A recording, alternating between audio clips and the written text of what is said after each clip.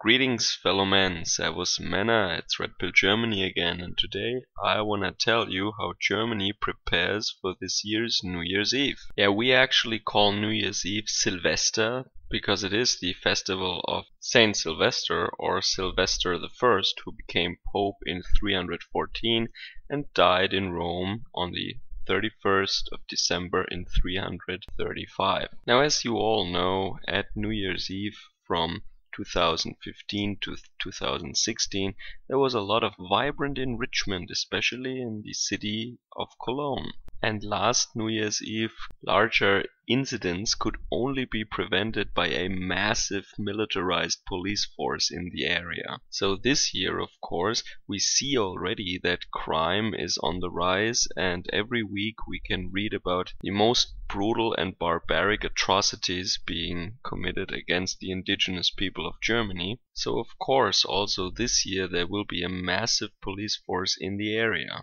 And the only thing that they can do is what they did last year. That means racial profiling. They will target people who look Middle Eastern or African, and they will just send them back. They will not let them leave the train stations. They will send them back into the trains, back to where they came from. But that also doesn't really matter, because just like last year, maybe Cologne was under control, but other cities weren't. The police just cannot be everywhere at the same time. So it's not a Cologne problem, and it's not even a New Year's Eve problem, because it is happening all the time. Whenever Germans celebrate something, whenever there is a cultural event, whenever there is a festival like the Oktoberfest or Carnival or something like that, there will always be a mob of illegals who will try to commit violent crime there. And because this racial profiling looks really bad in the media, like 1 year ago there was a huge discussion about whether or not the police should have used the word for North African. They should just have said young men, right? Because we know that it is just a young men problem. It's toxic masculinity, right? It has nothing to do with Africans or Middle Easterners, right? So this is why the wonderful lady who is in charge of the city of Cologne, the mayor Henriette Reker, came up with wonderful measures in order to prevent this PR disaster this year. So not only has she shown her genius in the past by introducing the patented Reker method in order to prevent sexual harassment, she said that women should just keep one arm's length distance from all men, and that would solve the problem. Now this year she goes even one step further. She introduced colorful wristbands with the word respect printed on them. And of course they are distributed among the population. Now if that doesn't prevent crime, I don't know what will. Of course a mob of sexually frustrated savages will think twice before culturally enriching someone wearing a wristband. And for all you overly critical naysayers out there, for who this still doesn't go far enough, Frau Reker has even more to offer.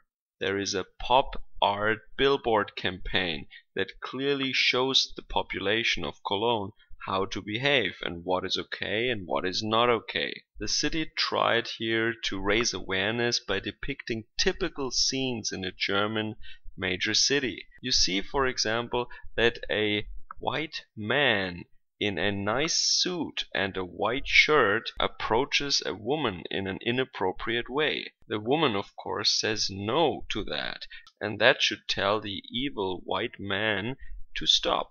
Now this is an excellent billboard because, as everybody knows, women no longer feel safe alone in the streets of Germany, because since 2015 white men in suits are attacking them on the streets. It is really high time that we do something against these savage bank tellers and insurance brokers that think that they can just terrorize our women on public streets.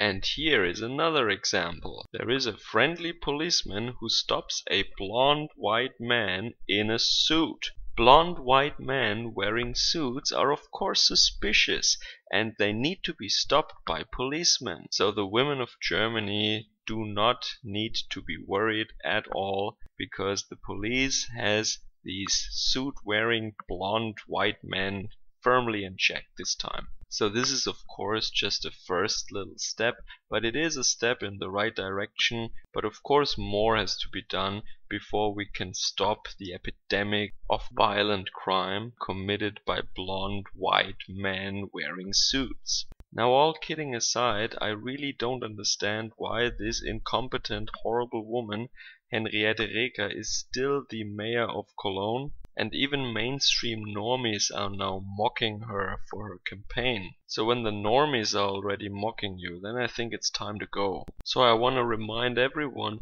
that Frau Reker was informed by the police who the perpetrators were 2 years ago, and at that point, days after that, she still lied and told the media that they didn't know who the perpetrators were and it could have been anybody. So she is a liar, and just like Angela Merkel, who she is defending by this lie, she has blood on her hands.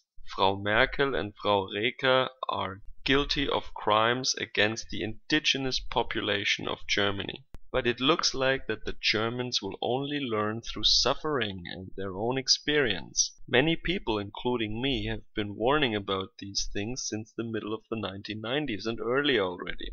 And these people who are coming will never be turned into productive members of our society.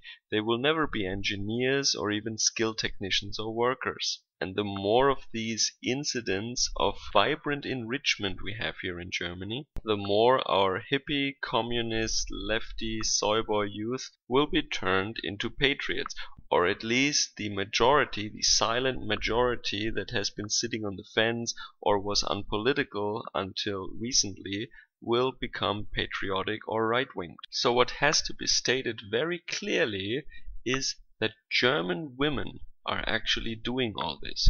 German women brought in those people. German women are still demonizing German men who warned them and knew and foresaw that this was going to happen from the very beginning, and who are now trying to control the situation. And while not only men, but now also German women become victims. Men have been victims, by the way, for decades already in Germany, and nobody cares. But now that some women are targeted here and there, oh, it's a big issue. And many German men already say, just like me, that they will only protect their immediate family or women that they know. And when they know how they voted and know what their opinions are, then they would consider defending them.